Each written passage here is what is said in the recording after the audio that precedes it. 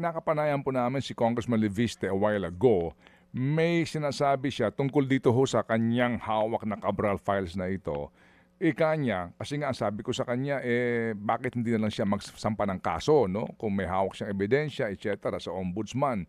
Ang sabi niya kasi nga, ito ay mga lead lamang. May tinutukoy siya specific sa Tagaytay daw na 200 million pesos po na alokasyon, nasa NEP daw po ito, then nasa GAA, and then napondohan daw po ito at nabayaran po yung contractor sa overpriced project ng solar lights. Yung pong ganun pong mga aligasyon, iniimbestigahan ho ba ito ng DPWH? Kasi ano po ito? Ano ho ito? This is quite alarming kung ganyan nga po na may katotohanan, kung maniniwala ka sa kanyang mga sinasabing meron ng lead at nandidiyan yan, pupuntahan mo na lang para makasuhan yung mga dapat kasuhan. Manong Ted, siguro just to give proper context dun po sa Cabral files. Bale, ito po kasing Cabral files, ito po yung nakuha ni Congressman Leviste noong September 4, nung siya po ay pumunta ng DPWH at kumuha ng mga files sa computer ni late Undersecretary Cabral. September 1 po si Secretary Vince nag-assume ng opisina. So 3 araw lang po yung pagitan, wala po kaming any way of knowing kung ano po ba yung laman ng computer na yon. Pagkatapos po kasi nung pagkuha niya ng files na yon, we already sealed off that CPU just to keep it intact and ensure that it won't be tampered with. And noong pong Disyembre, ito na po ay sinupina ng ombudsman at binigay na po namin sa ombudsman ito pong CPU.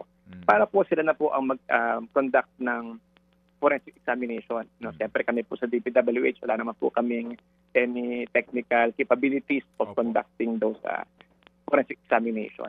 Kaya po yung files po na yun, kung ano po yung mga hawak ni Congressman Leviste, ay nandun na po sa ombudsman who we think is the proper body na to conduct the investigation on the matter, Manong Ted. Opo. Nasarahan na ho ba yung issue kung sinadya o hindi yung maling coordinates? Kahapon po, siyempre, during the hearing, this was raised several times.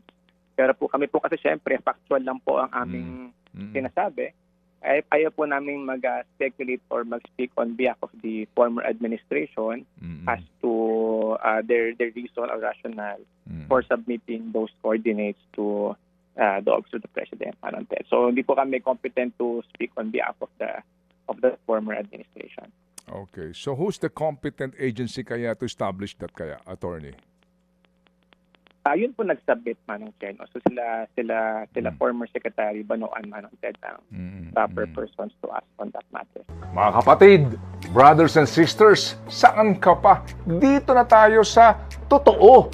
Dito na tayo sa True FM. Mga kapatid, mag-subscribe and follow po kayo sa social media accounts ng True Network PH. Yan po kami, hanapin nyo lang True Network PH, Facebook, Instagram, YouTube, TikTok, and podcast.